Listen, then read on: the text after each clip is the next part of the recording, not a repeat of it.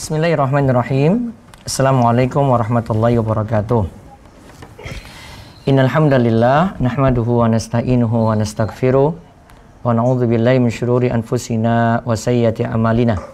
May yahdihillahu fala mudhillalah wa may yudlil fala hadiyalah wa asyhadu an la ilaha illallah wahdahu la syarikalah wa asyhadu anna Muhammadan abduhu wa rasuluh. Allahumma shalli ala nabiyina Muhammad wa ala alihi wa man tabi'ahum bi ihsan ila yaumiddin. Allahumma inna nas'aluka ilman nafi'a wa rizqan thayyiba wa amalan mutaqabbala. Puji syukur kita panjatkan pada Allah. Salawat dan salam semoga tercurah pada Nabi besar kita Muhammad sallallahu alaihi wasallam. Jamaah Humairah sekalian yang semoga dirahmati oleh Allah dan juga yang melihat dari atau menyaksikan dari channel yang lainnya, begitu juga yang dari Facebook, dari Humairah. Semoga Allah Subhanahu wa taala menjaga kita semua dalam kebaikan dan Allah memberikan kita kebaikan yang banyak.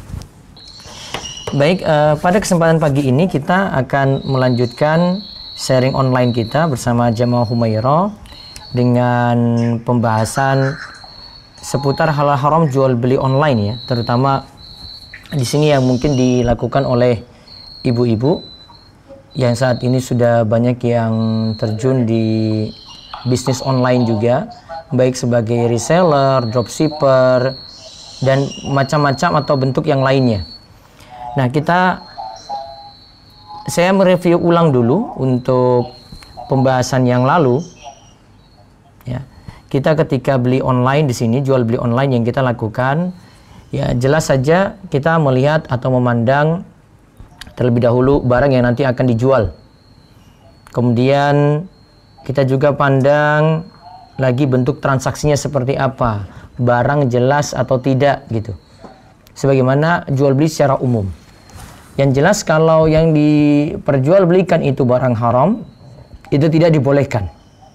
Seperti misalnya homer, ada bangkai babi, berhala, anjing, ya. Termasuk juga di sini jual beli darah. Juga sebagian ulama katakan kucing, ya.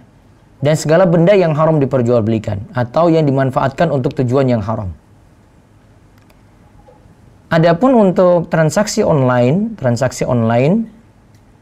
nanti berlaku di sini kita rinci dulu dari sisi barangnya. Ya, barang yang diperjualbelikan itu adalah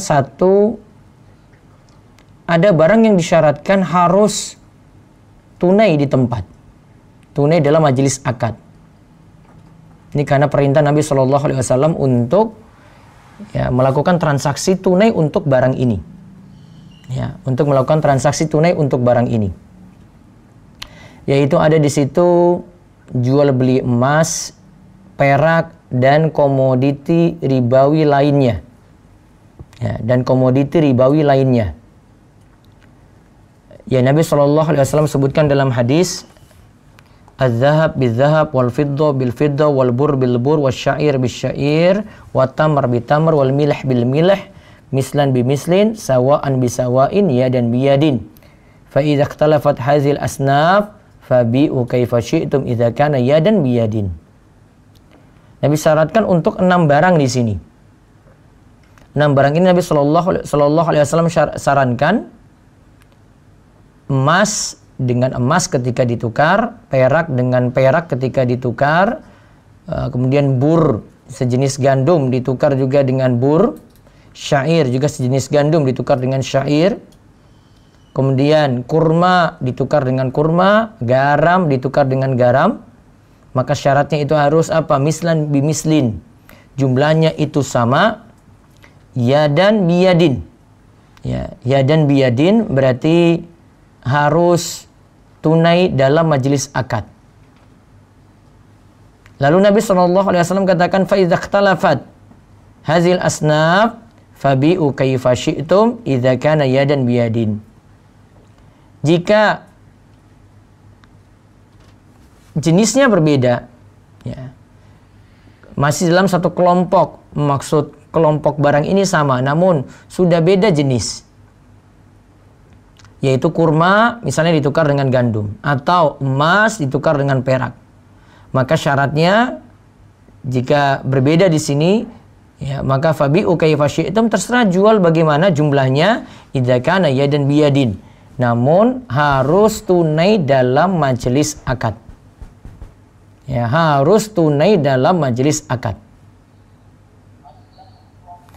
Nah, di sini menunjukkan barang ini secara kesimpulan gampangnya untuk komoditas ribawi yang 6 tadi, emas, perak, gandum halus, gandum kasar, kemudian kurma, garam, karena disyaratkan untuk jual belinya itu harus taqabud atau jual belinya itu harus yadan biyadin, maka harus tunai di majelis akad.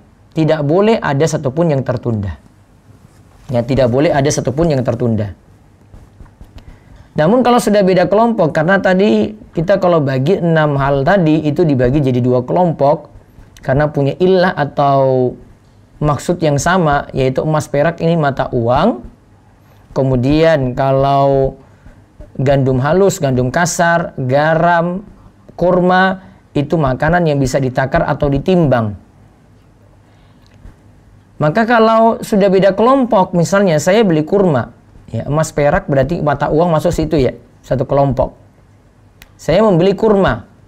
Kurma ini dengan menukar uang dengan kurma. Nah, ini sudah beda kelompok, maka tidak disyaratkan yadan biyadin, sehingga jual beli kurma boleh online. Ya, jual beli kurma itu boleh online. Karena sudah beda kelompok. Nah, apalagi untuk barang-barang yang lainnya. Kalau yang perlu diperketat ini yang masuk komoditas ribawi yang 6 tadi. Adapun misalnya kalau transaksi kita itu transaksinya lewat ATM, yaitu kita narik misalnya saya berada di Saudi waktu umroh, kemudian ATM saya ini isinya rupiah, ya, syarat kalau rupiah tukar dengan rupiah kan jumlah harus sama, kemudian harus tunai. Nah, namun sekarang saya tukar, ya, saya ingin tukar rupiah dengan real. Maka kalau penukarannya langsung di mesin ATM, nah itu tunai. Maka seperti itu tidak ada masalah. Karena sudah memenuhi yadan bi yadin. Yang penting syaratnya kalau penukaran uang, itu yadan bi yadin. Kalau uangnya itu sejenis, yaitu rupiah dengan rupiah, nah itu baru disyaratkan 2. Yaitu harus ya jumlahnya sama, kemudian harus ya tunai dalam majelis akad. Nah, sekarang kita bahasnya, jamaah Humairah sekalian, ini barang yang lainnya. Yaitu barang selain komoditas ribawi, yaitu selain emas, perak, mata uang. Nah, ini yang umum ada di jual beli online. Namun sekarang lagi saya tekankan kalau jual belinya itu emasnya tidak tunai, yaitu tidak di majelis akad langsung, maka tidak dibolehkan. Nah, sekarang kita bahas jenis yang lainnya, yaitu emas, perak, mata uang. Yang selain emas, perak, mata uang.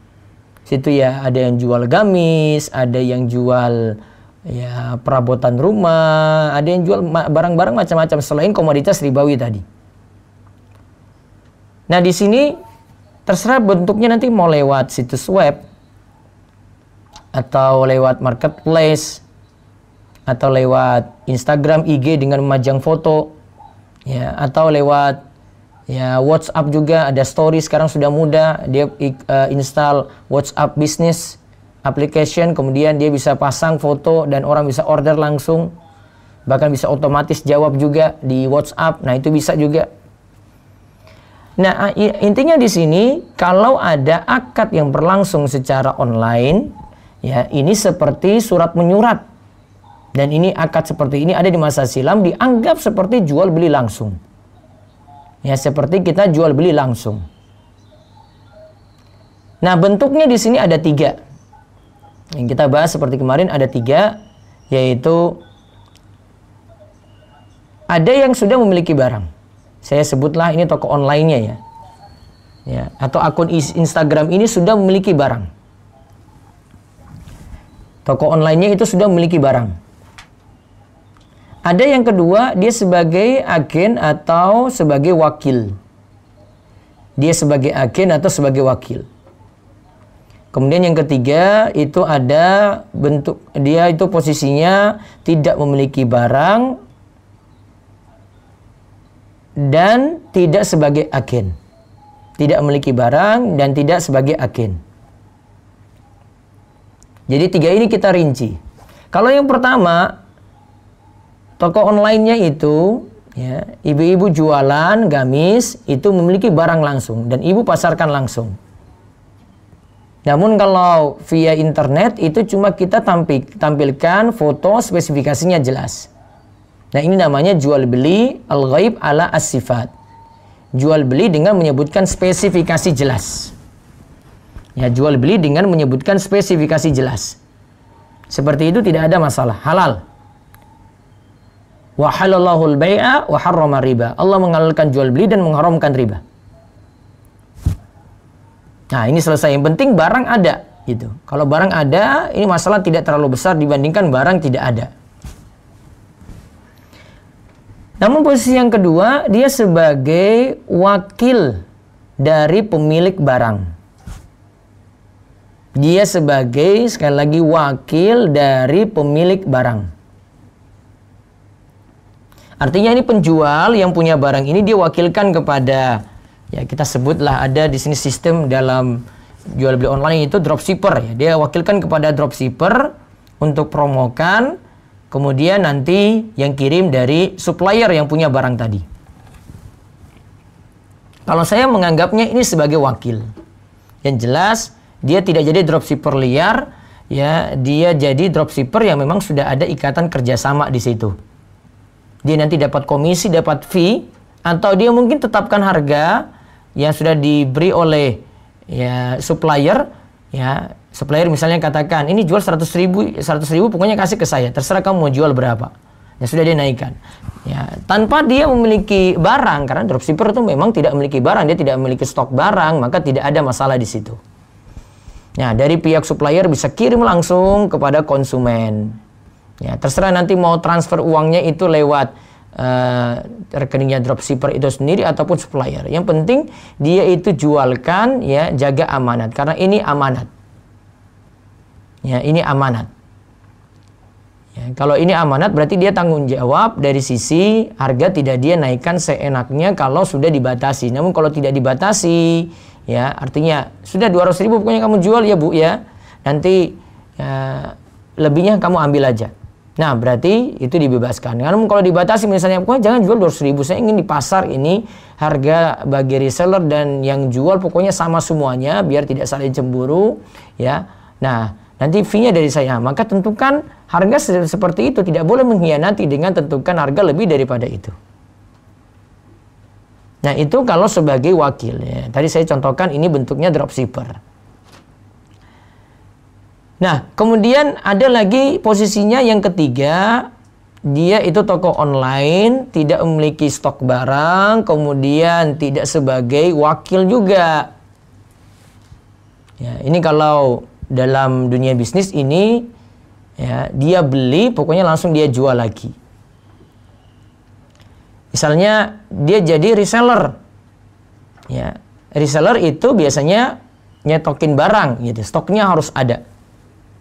Maka kalau dituntut stoknya harus ada, ya jual harus ada stok dulu, baru kemudian dia jual kepada pelanggan.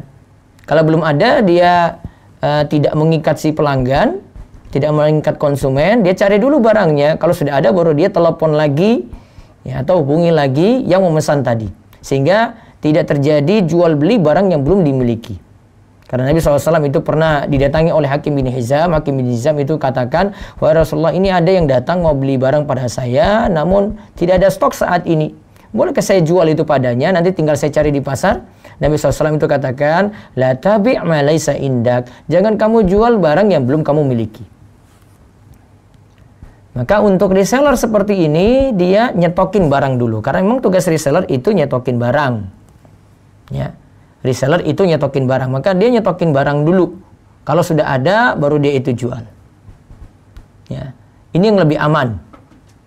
Sehingga lepas dari barang yang belum dimiliki. Kecuali ada reseller dan dropshipper itu jadi rangkap. Karena semua distributor yang ada di tiap kota ini sudah saling hubungan dan dia punya satu supplier. Barang ada di Solo, ya. Kemudian punya distributor ada di Bandung, ada di Surabaya. Pemesan itu, ya, dari ini ada stok barangnya di Surabaya, namun pemesan ini pesannya di Bandung. Bandung nggak punya barang, terus langsung dia bilang pada yang di Surabaya, nih tumben nih, ini yang mesan ini ada pelanggan saya, tapi dia ada di Surabaya, kamu kirim aja dari situ. Nah, kalau ini dia sudah fungsikan, berarti reseller ini dia fungsikan sebagai dirinya juga sebagai dropship di situ, sebagai wakil. Saya anggap sebagai wakil juga, karena sudah ada ikatan kerjasama semuanya. Tidak ini sudah ada kerjasama resmi dengan supplier. Ini supplier punya bawahan-bawahan seperti tadi. Seperti ini tidak ada masalah. Nah, ini sering ditanyakan seperti itu. Kalau ada yang jual gamis, kemudian punya distributor banyak di tiap kota, nah bisa lakukan cara ini juga. Terus Ustaz, yang tidak boleh bagaimana ini yang tadi dikatakan belum memiliki barang, terus belum dia memiliki, itu gimana tadi? Tadi, misalnya kalau di dunia nyata, bukan di dunia online, saya jualan beras. Ada pelanggan datang ke saya, kebetulan stok di saya itu tinggal 100 kilo. Dia mau pesan 1 ton. Ya. Maka saya tidak boleh nerima langsung dulu orderan 1 ton, saya terima bayaran dia dulu. Nggak dulu deal dulu di awal ya. Namun cuma sekadar janji saja. Baik Pak, saya tahan dulu. Ya. Saya carikan barang dulu. Ya, kenapa mesti carikan barang dulu? Biar barang ada, jual itu enak gitu. Nggak rugi juga di dia. Ya, nggak rugi juga di dia gitu. Saya ulang lagi. Jadi yang jadi masalah itu misalnya saya jualan beras, terus ada pelanggan itu datang ke saya, ya. Saya punya stok 100 kilo. Ya. Ya, saya punya stok itu 100 kilo. Yang pesan ini dia mau pesan 1 ton. Maka ketika dia datang, saya tidak terima orderannya dulu. Kalau saya terima langsung dan itu deal di awal, maka jadinya itu tadi yang menjual barang yang belum dimiliki. Nah, itu menjual barang yang belum dimiliki. Ya. Namun kalau saya janjikan ya jangan dulu Pak, jangan dulu deal ya. Sebentar saya carikan barang dulu. Jangan dulu bayar dulu Pak. Sebentar saya carikan barang dulu. Cari di supplier lain, ya, penyetok yang lainnya. Oh, ternyata ada di toko ini. Ambil, beli, bawa dulu ke tempat. Ya, sudah jadi milik, sudah serah terima di tempat kita, di toko kita. Nah, baru jualin. Nah, itu di dunia nyata seperti itu. Kalau mau dipraktekkan nantinya di dunia online kayak gitu juga. Nah, ini tidak berlaku kalau barangnya itu mesti dibuat dulu. Misalnya ini ibu-ibu, ya, buka pre-order untuk jual beli online. Maaf, untuk pre-order untuk pesan gamis ini ya, pesan gamis. Gamis ini mesti dibuat dulu, maka dia tahu nanti jumlah itu berapa gitu. Ya. Kalau cuma terima saja pre-order tadi tidak masalah. Atau kalau dia nuntut DP juga tidak masalah karena barangnya masih dibuat gitu. Ya. Ini barang masih dibuat. Ini beda dengan tadi cerita beras tadi yang stoknya sudah ada. Ya, beras tadi yang stoknya sudah ada, tapi ada di penjual lain, di supplier lain. Kalau ini mesti dibuat dulu yang ini. Ya, mesti order dulu, buat dulu. Mungkin amannya adalah terima orderan, tapi tidak bayar dulu. Itu paling aman. Ketika barang jadi, ya baru kemudian tawarkan kepada si pemesan tadi, dia jadi beli ataukah tidak. Nah, itu lebih aman, tidak terlalu memaksakan juga. Namun kalau yang terjadi itu dari sisi si penjual masih buat barang dulu, ya, itu bisa uang di muka, bisa uang itu di belakang. Nah, itu gambaran untuk jual beli online. Intinya gini, kalau terutama yang jadi dropshipper, ini biasanya ibu-ibu yang jadi dropshipper ini pengen kan jual barang tetapi tidak punya modal, maka dia cuma pajang foto saja. Saran saya ya tadi yang pertama harus punya ikatan kerjasama dengan yang punya barang. Memang kita sudah dapat izin ya nampilkan foto dia gitu, barang dia. Kemudian yang kedua ya, yang kedua harus siap tanggung jawab. Jika ada komplain, kita kan yang terima orderan, walaupun supplier yang kirim, maka kita harus siap tanggung jawab. Jangan lepas begitu saja. Ya. Yang jelas di sini harus siap tanggung jawab. Nggak boleh kabur. Nggak boleh lepas tangan. Wah, enggak, itu supplier saya yang kirim kok. Enggak, harus tanggung jawab sini. Nerima komplain berarti. Karena dia itu dapat untung, ya juga harus nanggung resiko. Karena orang kan kalau dapat keuntungan itu bisa karena modalnya, bisa karena kerjanya, ya. Karena juga ada penjaminan resiko di sini. Sehingga dia harus tanggung di situ. Nah, lalu di sini ingin saya singgung lagi, ini tentang titip beli. Ya, ini tentang titip beli. Titip beli ini misalnya, ya, saya gambarkan umum dulu ya, belum kita terapkan di online. Misalnya titip beli ketika ada teman kita lagi umroh. Terus di sana ada barang, dia lihat ada tas bagus lah, ya. Ada tas bagus waktu dia umroh ini. Dan dia tahu teman-temannya ini sudah dari dulu cari tas ini. Namun pas dapat ketika umroh. Ya, pas dapat ketika umroh. Kemudian dia hubungi temannya tadi. Hubungi ibu yang lainnya mungkin ada di Solo. Dia beritahu. Bu, ini tas yang kamu cari-cari dulu loh. Ini saya sudah dapat nih. Gimana ini? Kamu mau beli nggak? Ini saya belikan. Ya. Di sini ada beberapa kemungkinan transaksi nanti. Intinya kalau dijelaskan oleh Ustadz Irwandi Tirmizi itu ada dua kemungkinan ya. Bisa jadi ya, sejak berangkat itu mau pergi umroh, dia sudah titip memang dan uang sudah di muka. Ya, uang sudah di muka. Biasanya yang terjadi di sini, berarti ini dia wakil dari si pembeli, ya. Maka tentu saja harus dengan amanat. Kalau dia dapat upah, ya sudah upah yang disepakati lah. Taruh, nanti dia kasih tahu harga barang sekian, nanti dia minta upah sekian, itu lebih bagus. Ya, tas tadi misalnya harganya kalau dirupiahkan 1 juta. Ya.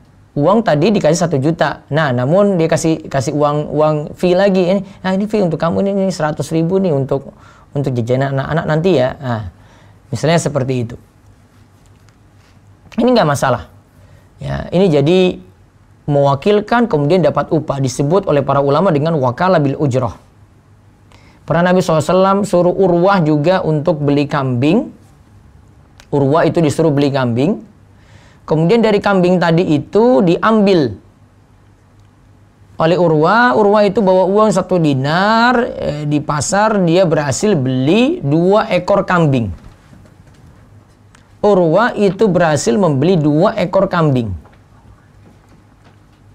Nah, ketika dia beli 2 ekor kambing ini, pintar nawar berarti ya, bawa pulang, ternyata ada yang mau beli kambingnya dengan harga 1 dinar. Dia jualin lagi. Maka dia bawa pulang ke Rasulullah SAW 1 dinar plus 1 kambing. Ya, 1 dinar plus 1 kambing. Padahal uangnya tadi sudah 1 dinar, namun dapat untung di sini 1 dinar plus 1 kambing. Nah, ini pelajaran pentingnya di sini. Kalau Nabi SAW wakilkan pada Urwah untuk beli dengan uang 1 dinar tadi dapat kambing. Namun harusnya Urwah lakukan adalah sebelum dia jual barang tadi, dia kan minta izin pada Nabi. Karena haknya cuma dibatasi, cuma beli kambing dengan uang 1 dinar ini.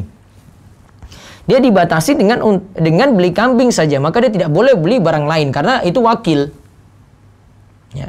Karena dia itu sebagai wakil saat itu. Nah, pelajarannya di sini, intinya wakil dibolehkan. Entah tadi ada dari Urwah tadi beli, tapi kan Nabi SAW akhirnya kambing tadi dapat 1 dinar, dapat ridhoi setelah itu. Nah, ini namanya jual beli fuduli. Diridhoi setelah itu tidak masalah. Tapi pelajaran penting kita ambil, boleh saja ya kita wakilkan pada seseorang untuk beli sesuatu. Jadi kita kasih uang dulu, ini berarti uang di muka kan. Nah, di situ disertakan upah pun tidak masalah. Ya, disertakan upah pun tidak masalah. Namun sekarang kalau keadaannya adalah barang tadi yang ada di Saudi tadi, kita yang di Solo itu bilang, sudah Bu, pakai uang dulu ya, nanti saya ganti. Nah, di sini ada beberapa kemungkinan ya. Bisa jadi uang nanti diganti, ya, uang diganti dengan uang yang sama. Jadi gini, saat beli tadi harganya kalau di real ke rupiah 1 juta, ya, berarti nanti dia bayar di Indonesia 1 juta juga. Taruhlah dia pakai kurs yang saat ini yang standar aja, atau kurs yang saat dia beli waktu itu, ya. Ya, kurs waktu itu dia beritahu, oh ini sekarang ini kalau dirupiahkan jadi 1 juta, sudah bayar 1 juta. Ya, bayar 1 juta. Nah, kemudian yang terjadi lagi, nah ini biasanya yang beli tadi itu sudah mark up, artinya dia sudah kasih tambahan di situ. Ya, dia sudah kasih tambahan untung. Ya, bisa jadi dia beritahu, bisa jadi dia tidak beritahu. Ya. Bisa jadi dia beritahu, bisa jadi dia tidak beritahu. Kalau ada tambahan ini punya pembahasan lain. Sekarang transaksinya ini transaksi apa? Karena kan tadi pakai uang dia, teman kita yang tadi umroh. Setelah saya sebut A ini, pakai uang si A. Jadi ibu ini nitip, ya, pakai uang dia di si A ini, ibu A ini. Ini transaksinya apa? Apakah dia memang benar-benar beli barang, ya, jual beli barang, ataukah kita, ya, pinjamkan uang padanya gitu, atau kita pinjam uang dia, nanti baru kita ganti.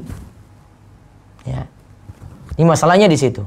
Kalau bentuknya yang pertama, ya, bentuknya yang pertama, kalau ada tambahan yang sekarang saya bahas yang ada fee-nya, ya.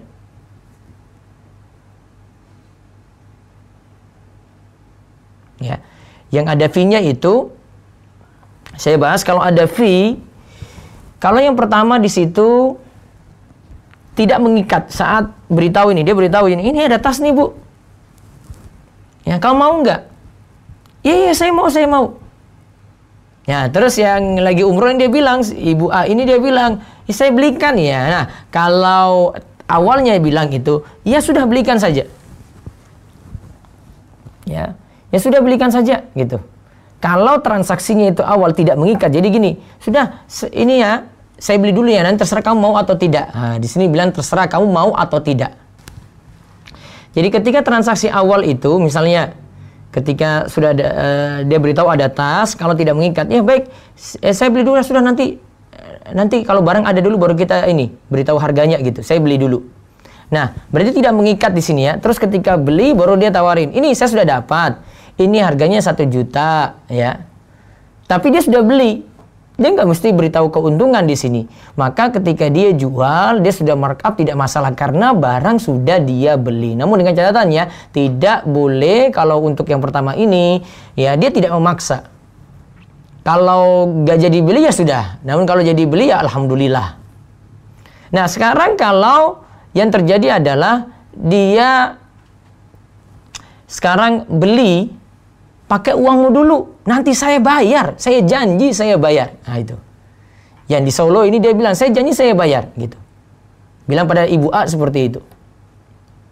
Nah kalau bentuknya yang kedua, berarti sudah mengikat di sini. Ketika tas dia bilang beritahu ada, saya beli ya, janji ya kamu bayar ya. Iya saya janji saya bayar. Nah maka ketika deal seperti ini, berarti ini belum memiliki barang. Belum memiliki barang, berarti barang belum dimiliki. Ketika dia naikkan barang tersebut, ya, harga dia naikkan dari 1 juta, misalnya dia ambil untung 100.000 jadi 1 juta 100, ya, awal ini barang kan belum dibeli. Ya, barang belum dibeli, lalu dia beli pakai uangnya. Maka nanti jual beli di sini ini belum bayar. Yang ada di Solo tadi belum bayar, barang juga belum bayar, berarti jual beli utang dengan utang. Dan ini termasuk larangan Nabi SAW. Rasulullah SAW itu melarang, ya, jual beli dain bid dain, utang dengan utang. Ya, utang dengan utang. Sehingga yang aman tadi, ya, suruh beli dulu. Ya, beli tapi cuma memesan, tidak memaksa. Ya dia beli, barang sudah ada, baru dia beritahu, ini saya sudah beli nih, gimana? Jadi nggak? Ya jadi. maka seperti ini tidak masalah. Adapun kalau kita terapkan di pembahasan jual beli saat ini dengan menggunakan GoFood, pemesanan seperti itu ya. Kita cuma pesan makan saya dari rumah, ya. Kemudian dari pihak Gojek itu yang nanti membeli, dari pihak ya ojek daring, ojek online itu nanti yang beli, dan dia memang pakai uangnya dulu. Dari sisi ini sih sebenarnya ada sisi masalah karena memakai uangnya, kemudian setelah itu dia sudah ngambil keuntungan juga di situ. Dan itu jual belinya mengikat seperti yang saya contohkan tadi. Namun untuk kasus Gojek ini agak berbeda ya dalam menyikapinya untuk yang GoFood ya misalnya. Karena pertimbangan-pertimbangan yang lainnya lagi, Ustadz Irwadi Tirmizi di cetakan ke-22 dari buku Harta Haram Muamalah Kontemporer itu menyatakan kalau yang ini dibolehkan ya karena kebutuhan masyarakat. Jadi dibolehkan karena kebutuhan masyarakat. Cuma masalah cara pembayaran saja. Sekarang kita bahas cara pembayarannya. Kalau GoFood ini dibayar dengan cash, nggak masalah. Ya, cara pembayarannya boleh. Sekarang masalahnya bayar kalau menggunakan GoPay. Kalau menggunakan GoPay, nah kita pahami dulu ya, saldo kita, uang kita yang ada di GoPay ini apa? Apakah itu memang mata uang seperti halnya kita punya rupiah? Apakah itu ya itu mata uang? Apakah itu kita titip ya saldo kita yang ada di situ kemudian nanti kita ambil lagi? Ataukah kita utangkan? Ya, ataukah kita utangkan uang pada pihak GoPay? Dan ini konsekuensinya beda-beda ini ya. Saya bahas 3 ini ya. Yang pertama tadi kita nganggap ini sebagai alat tukar. Jadi uang. Jadi nanti ada tukar uang dengan uang gitu. Istilahnya sorof.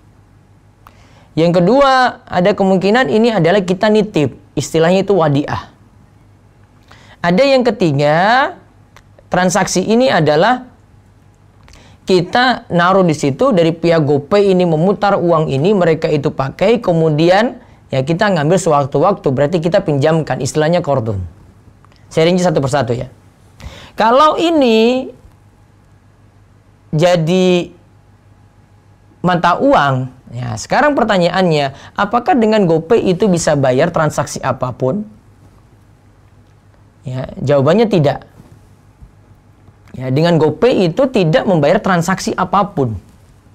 Cuma membayar yang memakai pelayanan GoPay. Saya datang ke warung yang ada di pinggir pantai, dia nggak punya layanan GoPay di situ, ya sudah, saya nggak bisa bayar.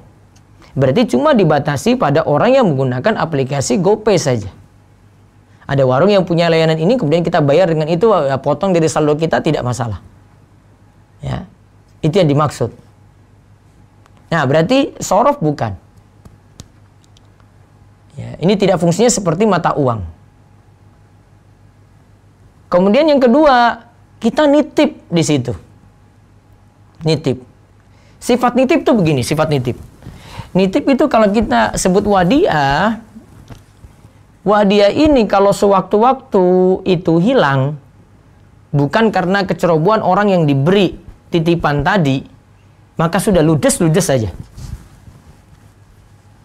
Kecuali karena kelalaian dia gitu. Karena bukan karena kelalaian dia, maka hilang-hilang. Ya sudah, kayak gimana lagi. Karena kita nitip ke dia, ya qadarullah itu hilang. Misalnya, saya datang ke masjid, kemudian saya nitip sendal di tempat penitipan. Kan cuma nitip saja gitu ya. Maka yang terjadi kan, barang ini, sendal saya kan nggak dipakai-pakai. Nah, seandainya sudah dijaga ketat, kok ada yang nyolong, ya. Ada yang nyolong gitu. Ya maka qadarullah sudah. Gak bisa kita apa-apain lagi. Nah itu namanya barang amanat seperti itu.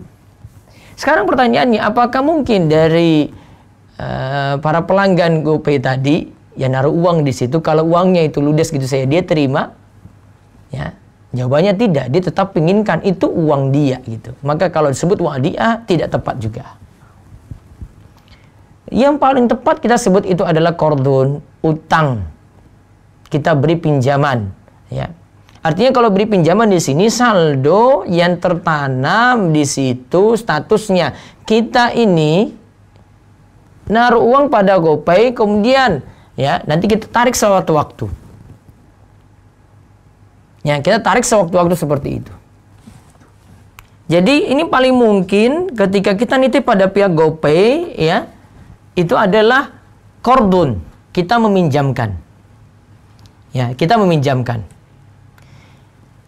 Sehingga kita ini posisinya, ini pihak GoPay, ya, diberi pinjaman oleh kita. Kita yang beri pinjaman berarti kita kreditur. Yang ini debitur berarti yang meminjam. Ya, kreditur ini ketika ingat ya kaidahnya ya, kullu qardin jarra manfaatan fahuwa riba. Setiap utang piutang yang di dalamnya ada manfaat bagi kreditur, maka itu adalah riba. Berarti kita tidak bisa ya memanfaatkan ada tambahan di sini, nggak bisa. Ya, saya misalnya pinjamkan 1 juta, ya sudah saya tarik 1 juta. Saya tidak boleh manfaatkan keuntungan di situ.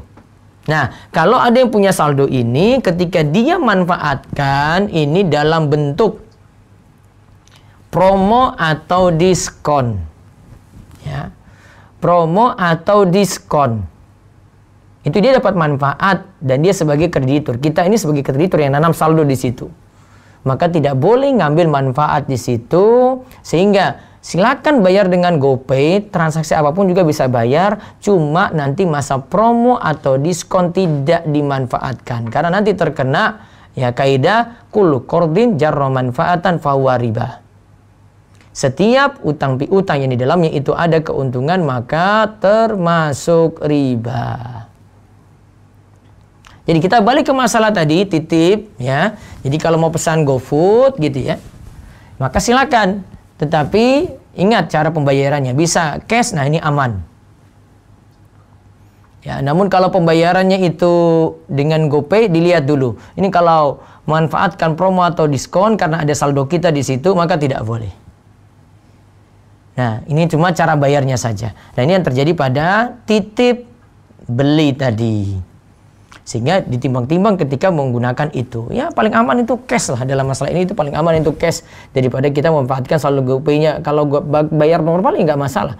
Situ suruh bayar 20.000, saya keluarkan dipotong dari saldo saya di GoPay 20.000 ya normal, maka itu tidak masalah. Nah, jadi intinya balik ke titip beli tadi ya, titip beli seperti itu ya. Dan cara bayarnya saja itu yang bermasalah. Nah, satu lagi saya singgung, ini aktivitas belanja ibu-ibu lagi. Ini masalah ketika belanja, kemudian di online itu, ya, jadi sudah 3 bahasan ya. Tadi kita bahas tentang dropshipper, reseller. Kemudian yang kedua, ini tentang masalah titip beli tadi. Ya, terus di situ disinggung juga tentang pemesanan GoFood. Ya. Terus yang ketiga ini tentang ya, di online ini biasanya ada ya hadiah-hadiah yang ibu dapatkan. Hadiah yang pertama biasanya bentuknya itu giveaway. Ya, giveaway.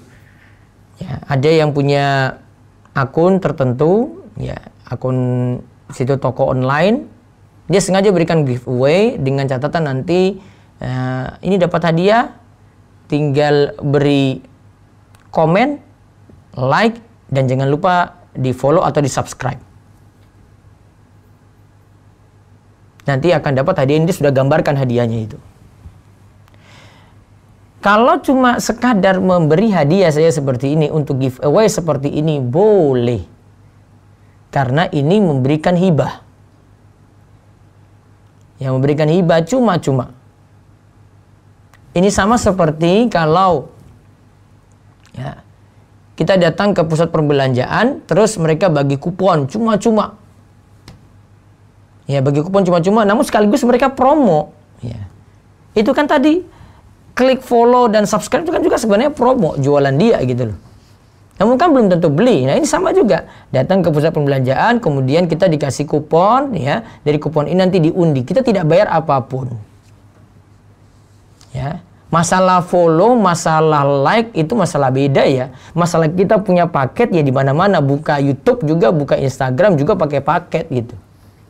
Itu namanya bukan biaya untuk ikut undian tadi gitu. Ya. Maka kalau cuma-cuma seperti ini, giveaway boleh diikuti. Namun yang saya beri catatan, ini kadang waktu kita itu habis untuk kejar giveaway terus, maunya gratisan terus. Ada yang biasanya kasih motor gitu, ada yang biasanya kasih ya barang-barang tertentu. Ya, kalau sekali-kali saya tidak masalah, namun waktu tidak habis seperti itu. Namun kalau yang jadi masalah itu kalau diberikan hadiah, dia tidak namakan giveaway, mungkin bentuknya yang lain. Ya, sekaligus dia dapat pelanggan, tetapi dia syaratkan ada sesuatu yang dibeli dari produknya. Misalnya dia nanti minta ada kemasan, mana buktinya kemasannya dikirim dong. Nah, atau ada harga di markup pas pada saat masa undian berhadiah ini. Ya, awalnya itu harga misalnya 100.000, dia naikkan 110.000, 10.000 ini untuk taruhan itu. Maka ini nanti bisa jadi judi. Ya, ini statusnya itu jadi judi. Judinya kenapa? Tadi yang pertama, harga dibuat naik, kemudian ada lebihnya di situ digunakan untuk undian taruhan. Dan juga di sini membuat orang itu belanja berlebihan tidak sesuai dengan kebutuhan dia.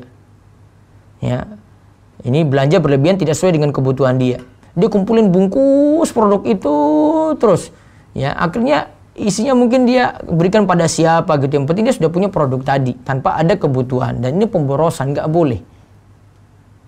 Nah, maka dilihat bentuknya itu bagaimana untuk ya belanja tadi. Kalau memang untuk undiannya itu cuma-cuma, ya bebas saja seperti giveaway. Namun kalau bentuknya itu disuruh bayar tertentu dengan harga itu lebih mahal, lebih tinggi, atau ketika itu ya ada disuruh kumpul kemasan produk sehingga kita terpaksa harus beli tadi produk tadi beratus-ratus misalnya, untuk sekedar dapat undian tadi, berhak untuk dapat hadiah. Nah, maka ini jadi masalah. Nah, wallahu a'lam bishawab. Nah, 3 hal ini yang saya bahas untuk kesempatan pagi ini. Mudah-mudahan manfaat. Ya, sebentar sambil saya tunggu pertanyaan nanti dari Instagram ya. Jadi kalau ada yang mau tanya bisa di Facebook atau Instagram Humaira. Ya, bisa tuliskan pertanyaan di kolom komentar yang ada di fanspage Humaira maupun di Instagram. Saya connect ulang lagi dulu. Ya, silakan tuliskan komentar ya. Bentar, saya baca lewat YouTube, siapa tahu ada. Di YouTube muter-muter jaringannya. Ustadz, berarti kalau bayar cash lalu ada promo di aplikasi tersebut boleh ya Ustadz? Bayar cash. Nah, kalau ada saldo, karena ada saldo kita ya nggak boleh. Baik, ibu-ibu di Solo bisa bacakan pertanyaan berarti. Sebentar.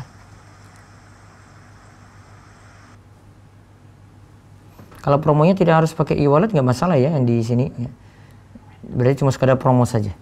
Dari buki kita dia nanya. Ya. Yang lainnya bisa tulis di YouTube juga kalau ada yang nanya di YouTube, monggo. Baik, Ibu-ibu Humaira silakan kalau ada yang bertanya, saya keraskan suara. Monggo Bu. Bisa kirimkan pertanyaan, bacakan pertanyaan. Mungkin baca yang di Facebook atau di IG tadi, silakan.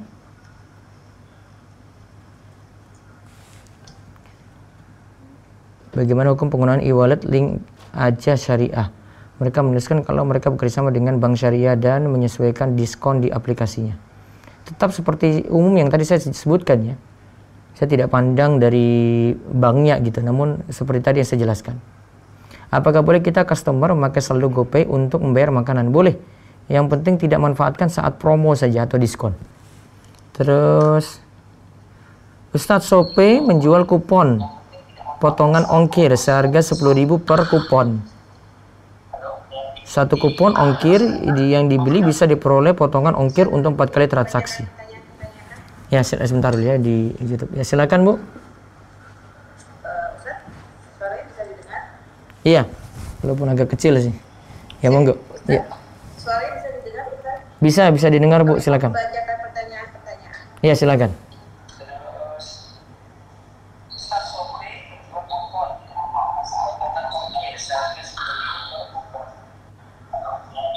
Silakan.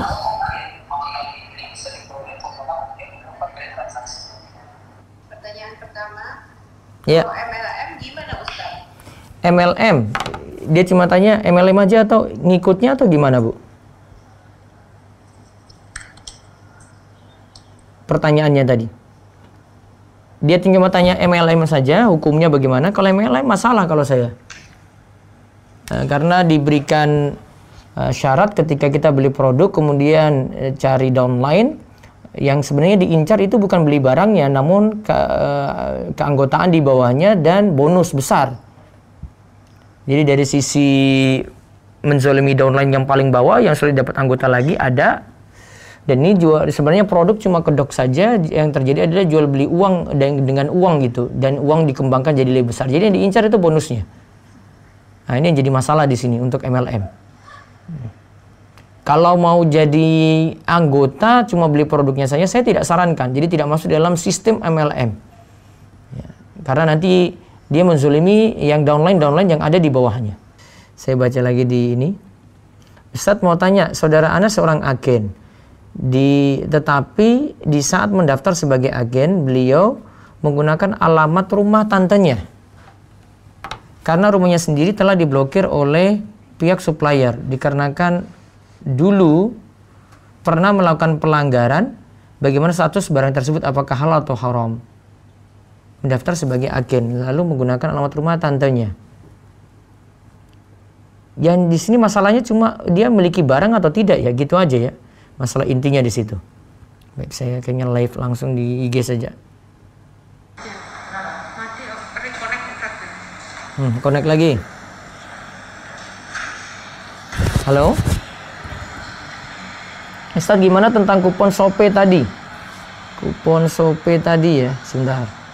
Ustaz, Shopee menjual kupon potongan ongkir seharga 10.000 per satu kupon. 10.000 per satu kupon. Satu kupon ongkir yang dibeli bisa diperoleh potongan ongkir untuk 4 kali transaksi. Ongkir dibeli 4 kali transaksi. Apakah boleh? Pertanyaan kedua, Ya, silakan. bisa dimulai ya. Bentar. Ya, Bu. Pertanyaan kedua, Ustadz kalau jualan produk digital gimana? Jadi affiliate marketingnya. Affiliate marketingnya dari sisi produk nggak masalah.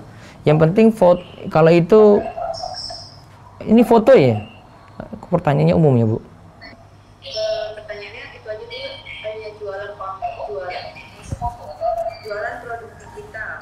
Jualan produk digital masih umum Bu. Jadi asalnya masih boleh. Yang penting punya barang. Ya, pertanyaan masih umum, masih boleh. Terus ada lagi? Ada lagi. Yang ini sudah belum ya tadi Ustadz? Ya sudah. Bagaimana dengan sistem jasa ambil barang? Sistem jasa ambil barang terus. Kemudian kita bayar ke pemilik toko, tapi karena nggak bisa datang untuk ambil barang, maka gunakan jasa orang untuk ambil, bayar 5.000. Jasa ambil barang, coba diulang Bu.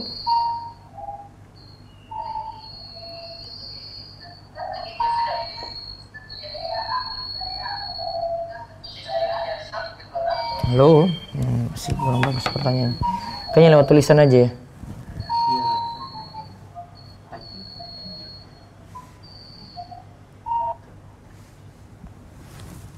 Baik, saya baca dulu lewat ini YouTube.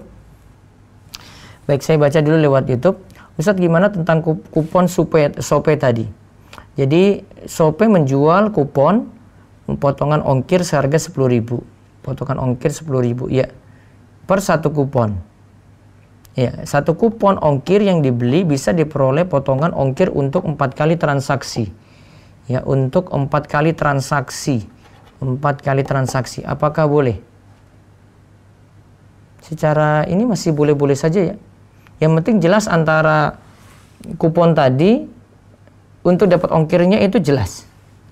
Jadi misalnya satu kupon itu harga 10.000, ya dibatasi saja untuk dapat potongannya itu 10.000 gitu. Wallahu a'lam. Ustaz mau tanya saudara Ana Aget tadi sudah. Apakah boleh berjualan dengan foto yang sudah diedit dan memberikan keterangan spesifikasinya? Yang penting tidak banyak mengelabui foto tadi ya. Sekadar diedit sebetulnya saja tidak masalah. Tapi kalau sampai mengelabui nggak boleh. Yang masalah kalau pengelabuan di situ.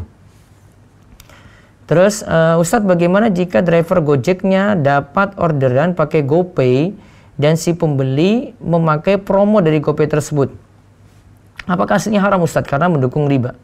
Jika driver Gojeknya dapat orderan pakai GoPay, ya, dan si pembeli memakai promo tersebut, kalau dari Gojeknya ini dia tidak masalah ya, yang masalahnya ini dari sisi pembeli ya, karena kalau dari Gojeknya ini dia lakukan pekerjaannya di situ. Terus kalau titip beli barang A, kalau titip barang A, penjual nggak punya barang A tapi dapat orderan, belum bayar, belum deal, karena penjual atau yang dititip beli belum tahu harga, tapi penjual hanya memberi patokan harga, gimana Ustaz? Iya, tapi tidak boleh mengikat. Artinya ketika dicari barang sudah ada baru beritahu ini jadi atau tidak. Kalau dia batalin ya sudah nggak masalah. Ustaz, berarti GoPay itu boleh dipakai asal tidak memanfaatkan promo-promonya ya? Iya, betul sekali. Kalau tidak manfaatkan saldo-saldo kita, tujuannya saldo kita dimanfaatkan untuk dapat promo. Tentang kupon Shopee yang tadi, coba kupon Shopee-nya dijelaskan lebih detail lagi ya, biar saya dapat gambarannya. Sebentar. Yang dari IG bisa tanya? Ustadz? Ya, silakan. Tadi Ustadz, silakan Bu. Sistem jasa ambil barang. Ustadz, bagaimana dengan sistem jasa ambil barang? Kita pesan barang ke toko, kemudian kita bayar ke pemilik toko, tapi karena nggak bisa datang untuk ambil barang, maka menggunakan jasa orang untuk untuk ambil bayar 5.000. Tidak masalah. Dia wakilkan untuk pengambilan barang seperti itu boleh. Ya, terus ada lagi? Selanjutnya, Ustadz, bagaimana hukum mengupload atau menjual produk yang nampak auratnya? Apakah kita kena dosa jariah? Iya, karena aurat tidak boleh tampakkan kalau jual produk. Oh ini sebentar, ini kalau jual produk yang tampak aurat. Sekarang ini dirinci dulu kan, ada sabun kayak begini. Saya mau beli yang pokoknya itu sabunnya, itu bukan saya mau beli yang ada gambar wanita sebenarnya. Karena dengan keterpaksaan saya beli sabun ini karena saya butuhkan isinya. Maka kalau yang dimaksudkan beli sabun bukan beli gambar perempuan itu ya, maka boleh. Ya, karena maksud pokok itu adalah sabun. Namun kalau yang maksud pokok itu adalah gambarnya, dia milih-milih gambar di sini, nggak mau beli sabunnya, itu baru jadi masalah. Namun kalau maksud pokoknya itu adalah sabun, berarti boleh. Ya, terus ada lagi? Ya, pertanyaan selanjutnya, Ustadz, jika kita bayar GoPay tidak memanfaatkan diskonnya, akan tetapi biasanya ongkirnya lebih murah, gimana Ustadz? Nah, tidak memanfaatkan diskonnya, tapi ongkirnya lebih murah. Nah, itu kalau karena saldo GoPay kita, itu karena ada saldo di situ, berarti kita manfaatkan utang piutang yang kita taruh di situ, gitu, memanfaatkan pinjaman. Namun kalau cuma sekadar ya misalnya ini pas masa promo ini, saya nggak ada saldo, ya nggak ada saldo, tapi ada masa promo, saya manfaatkan tanpa maksud ada saldo di situ, boleh, itu nggak masalah. Terus ada lagi? Iya, sebentar. Pertanyaan selanjutnya. Jika giveaway diadakan khusus customer produk tersebut bagaimana? Misal produknya panci, kemudian giveaway-nya mensyaratkan memposting foto menggunakan panci tersebut saat masak, boleh nggak Ustadz? Berarti pada yang beli saja, terus dikasih giveaway. Berarti pada pelanggannya langsung, boleh di situ, nggak masalah. Itu hadiah cuma-cuma juga. Ya, terus. Baik, selanjutnya Ustadz. Assalamualaikum Ustaz, saya tanya, kalau titip beli barang A, penjual nggak punya barang A, tapi dapat orderan, belum bayar, belum deal. Terus? Karena penjual atau yang dititip beli belum tahu harga, tapi penjual hanya memberi patokan harga, gimana Ustaz? Nah, beri patokan harga, jangan dulu deal. Nanti ketika barang ada baru beritahu dia setuju dengan barang ini atau tidak. Nah baru ketika itu lakukan transaksi, nanti dia transfer atau ini nggak masalah. Beri patokan harga itu berarti memang belum deal, itu nggak masalah di situ. Dia cari dulu. Ketika sudah punya, nah dia mau naikkan nggak masalah. Terus dia tawarkan kepada ini saya jual sekian gitu. Kamu mau beli atau tidak? Gitu, nggak masalah. Terus? Baik, pertanyaan selanjutnya. Assalamualaikum Ustadz, saya penjual di titik-titik. Terkadang ada pembeli yang membeli menggunakan fasilitas cicilan, tapi saya selaku penjual menerima uang sesuai harga jual saya setelah pembeli menerima. Iya. Bagaimana Ustadz? Nah, penjual nggak ada masalah di situ ya. Penjualnya dapat yang halal, yang masalah itu dari si pembelinya berarti. Jadi kalau di marketplace itu, ya, yang paling riskan ini yang dari sisi pembeli ya. Namun kalau dari sisi penjual, karena dia jual sesuatu ya kayak jual biasa, cuma pakai lapaknya orang gitu, maka tidak ada masalah untuk gitu. Wallahu alam. Ini penjualnya masih bertanya apakah penjual terkena efek riba, Ustadz? Tidak, ya karena dia jual barang yang beli itu yang memilih transaksinya, yang dia mau riba, mau ini, itu masalah dia gitu. Kita kan nggak tahu juga kadang dia beli dengan transaksi apa. Yang kita tahu barang kita sudah dibeli gitu. Ya, ada lagi? Pertanyaan selanjutnya, Ustadz, jika kita membuat konten YouTube potongan-potongan video kajian pas tanya jawab, haruskah minta izin terlebih dahulu kepada Ustadznya? Iya, baiknya minta izin ya, karena kalau tidak minta izin, ya ada sebagian ustadz yang tidak setuju ya videonya itu dipotong karena ada ceramah yang bagian ini harus didengar utuh, tidak boleh potong-potongan saja gitu. Ya, jadi baiknya meminta izin dulu pada pihak channelnya atau ustadznya langsung. Pertanyaan selanjutnya, dalam suatu kejuaraan olahraga, peserta dipungut biaya pendaftaran. Bagaimana status hadiahnya? Pemenang berdasarkan siapa yang menang pertandingan? Karena sini perlombaan, ya perlombaan semuanya ya. Ada yang masyru', ada yang tidak, ada yang mubah, ada yang haram. Dari 3 jenis lomba ini, jika semua peserta ini itu ada taruhan dengan menyetorkan uang. Untuk taruhan, itu tadi ada bentuknya uang pendaftaran gitu ya. Maka statusnya jadi judi. Karena yang beruntung, yang menang nanti dia dapat itu. Tidak semuanya dapat. Nah itu jadi masalah di situ. Wallahu a'lam. Jadi baiknya dihindari.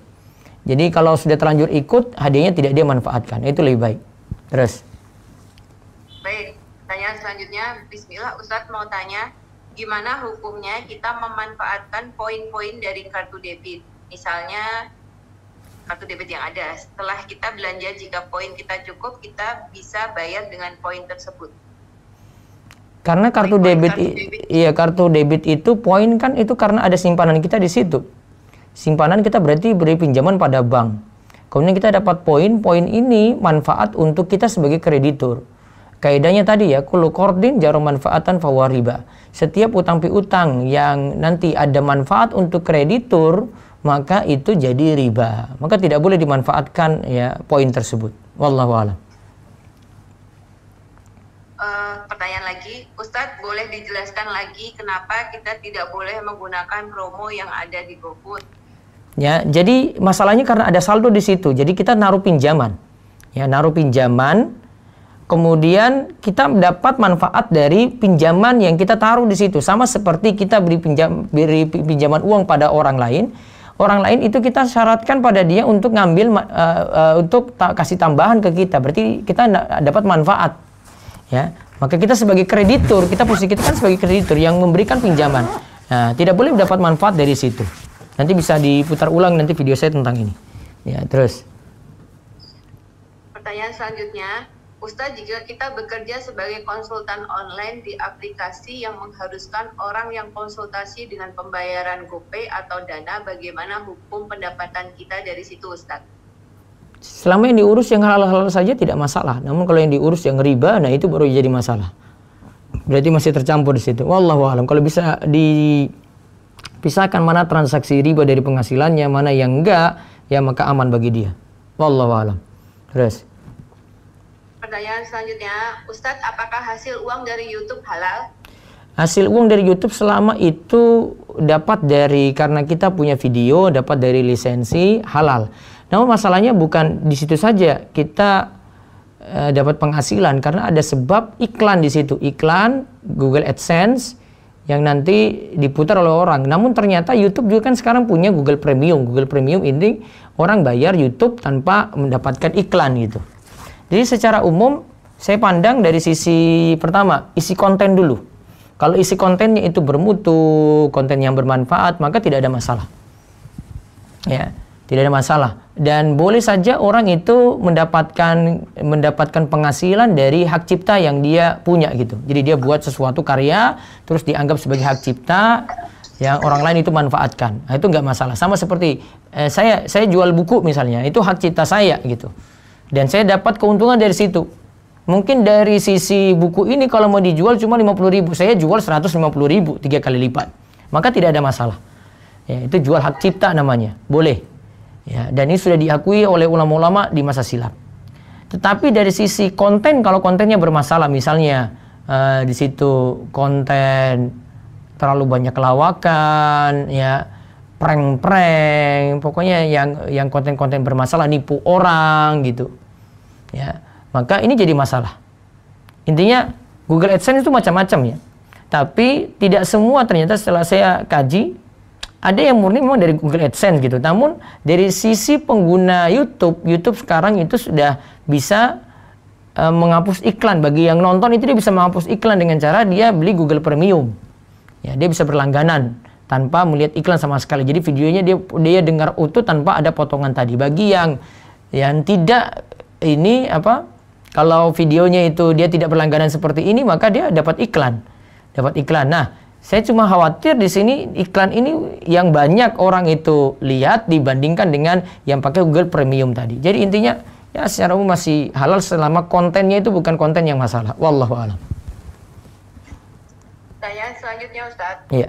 Ustadz, jika ada yang menitip barang khas daerah tertentu, bolehkah memberikan harga lebih? Boleh tadi, namun beli dulu. Ya, beli dulu, sudah punya barang, dia jual harga lebih nggak apa-apa. Kalau ada yang pesan, jangan dulu deal. Ketika sudah punya barang, baru beritahu harga. Nah, berarti kalau dia keadaannya seperti ini, dia jual barang yang sudah dia miliki. Itu lebih aman. Ya, terus. Tanya selanjutnya, Ustadz, bagaimana bila membeli emas dengan cara ditransfer, tapi barang baru bisa diambil besoknya di tempat tertentu? Jadi nggak di hari yang sama, apakah boleh?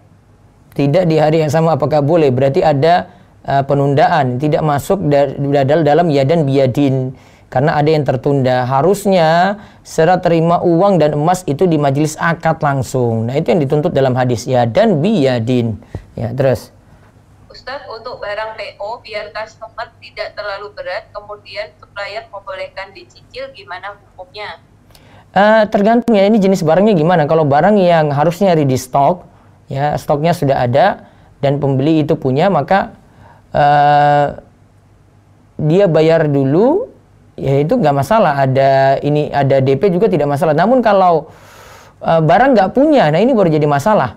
Tapi ini dikecualikan untuk barang yang masih dalam proses pembuatan. Nah, itu nanti dikenal dengan akad istisna. Nah, itu masih boleh. Masih boleh dengan DP gitu. Jadi lihat dari jenis barang. Jenis barang itu ada kan yang ready stock. Ya, ready stock di sini baiknya punya barang dulu si penjual. Ya, baru kemudian dia jualkan. Ya, dia tidak terima deal kalau barang itu belum siap. Namun kalau belum siap, dia carikan dulu. Dia cuma janjikan saja. Nah, seperti keterangan tadi. Namun kalau ini masih dalam proses pembuatan, nggak masalah kalau diterima DP, boleh bayar di depan, boleh dibayar di belakangan. Ya, ini tergantung jenis barang, barangnya itu lagi diproduksi ataukah tidak. Terus ada lagi? Masih ada Ustadz, mau tanya gimana hukum turnamen dalam memancing? Turnamen dalam mancing, nah, dirinci. Ini biasanya ada uang pendaftaran. Kalau ada uang pendaftaran berarti judi. Kalau cuma main-main saja tidak ada hadiah, aman. Namun kalau taruhlah hadiah dari pihak sponsorship, ada sponsor di situ, maka ini masuk kategori lomba yang boleh, namun dia tidak boleh menerima hadiah. Rinciannya seperti itu. Jadi lomba yang dibolehkan untuk ngambil hadiah cuma 3 lomba saja yang disebut lomba yang masyru', yaitu lomba yang kata Nabi SAW, la sabaqa ila fi khufin aw hafirin aw naslin. Ya, boleh mengambil hadiah untuk 3 lomba. Ya, yaitu lomba pacuan kuda, pacuan unta, dan memanah. Pertanyaan selanjutnya Ustadz. Ya. Jualan sebagai dropshipper. Sudah izin ke supplier untuk ambil foto dan dijual kembali. Kita post fotonya, ada yang beli, kita bayar via Shopee Pay seharga 50.000. barang dikirim sama supplier langsung ke customer saya dengan harga 60.000. Tetapi bayarnya setelah barang diterima customer. Apakah ini halal? Setelah diterima customer baru dia ini bayar. Tapi dari sisi barang sudah izin tadi dengan supplier, langsung kirim. Ketika diterima baru dia dibayar. Wallah masih boleh. Karena sudah ada ikatan kerjasama di situ. Masalah pembayaran ketika sudah nyampe baru bayar. Ya, masih boleh juga. Wallahu a'lam. Pertanyaan selanjutnya, bagaimana hukum menyimpan uang di bank konvensional, Ustadz? Boleh jika darurat. Ya, misalnya karena sekarang ini tidak bisa kalau enggak harus gunakan transaksi di situ ya. Namun kalau ada bank syariah dan itu lengkap transaksinya lebih bagus. Ya, ada lagi? Ada pertanyaan selanjutnya. Assalamualaikum Ustadz. Waalaikumsalam Kan saya menabung di bank X. Saya sudah tanya kalau saya tidak mau bagi hasil. Yeah. Tapi kalau saya tidak bertransaksi selama 6 bulan, maka pajaknya bertambah dari pajak yang sebelumnya. Jadi awalnya tadi apa? Coba sebut ulang, Bu. Menabung di bank X. Menabung bank X terus. Saya sudah tanya kalau saya tidak mau bagi hasil. Saya tidak bagi hasil, iya. Tapi kalau saya tidak bertransaksi selama 6 bulan, maka pajaknya bertambah dari pajak yang sebelumnya. Nah, itu resiko karena dia punya itu ya sudah mungkin dipotong dari tabungannya, resiko dia bayar pajak tadi. Namun dari sisi dia tidak terima bagi hasil, betul, dia tidak terima di situ. Ya, karena bagi hasilnya nanti jadi bermasalah karena dianggap riba tadi. Wallahu a'lam. Terus? Pertanyaan selanjutnya.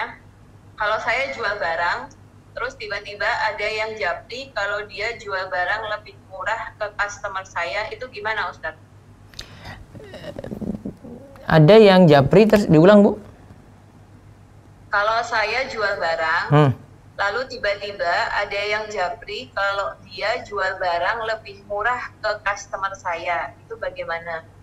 Ini berarti menjual di atas jualan saudara, ini nggak boleh. Ya, karena zolimi yang lain, karena ada yang punya hak lebih dulu, maka harusnya biarkan dulu, kalau dia tolak baru kemudian transaksi dengan dia lagi gitu. Wallahu a'lam. Ya, terus?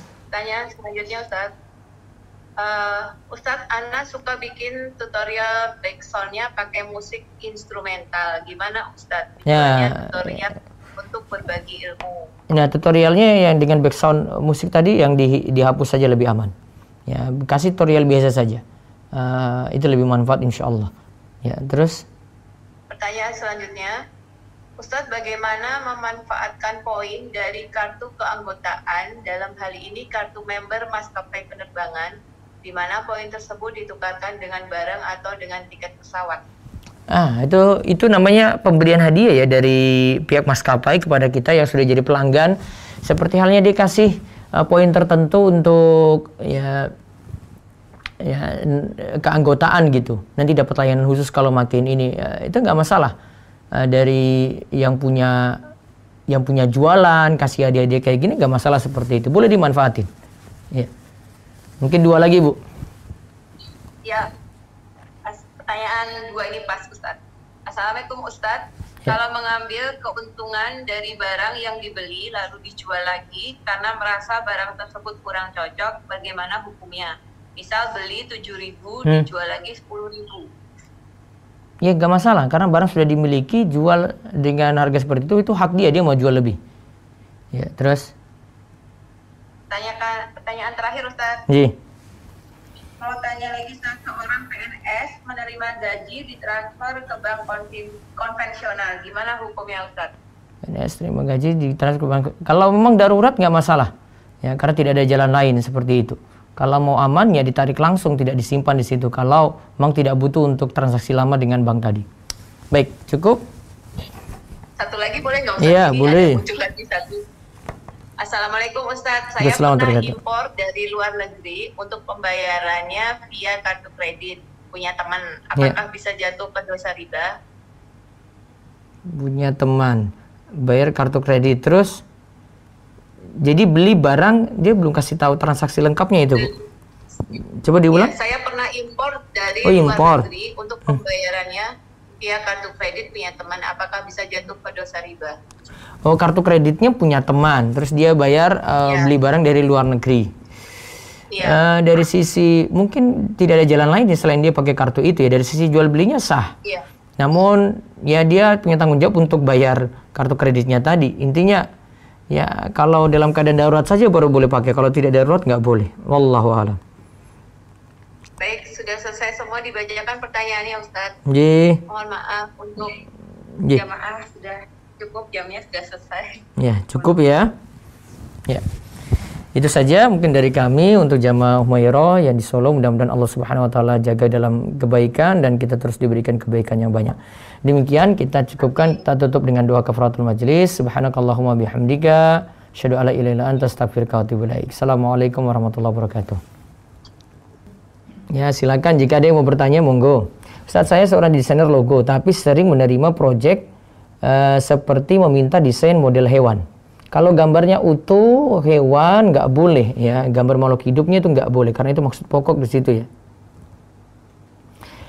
Terus dari Panji, Assalamualaikum Ustaz. Waalaikumsalam warahmatullahi wabarakatuh. Saya pernah impor dari luar negeri untuk pembayaran via kartu kredit, tadi sudah saya jawab.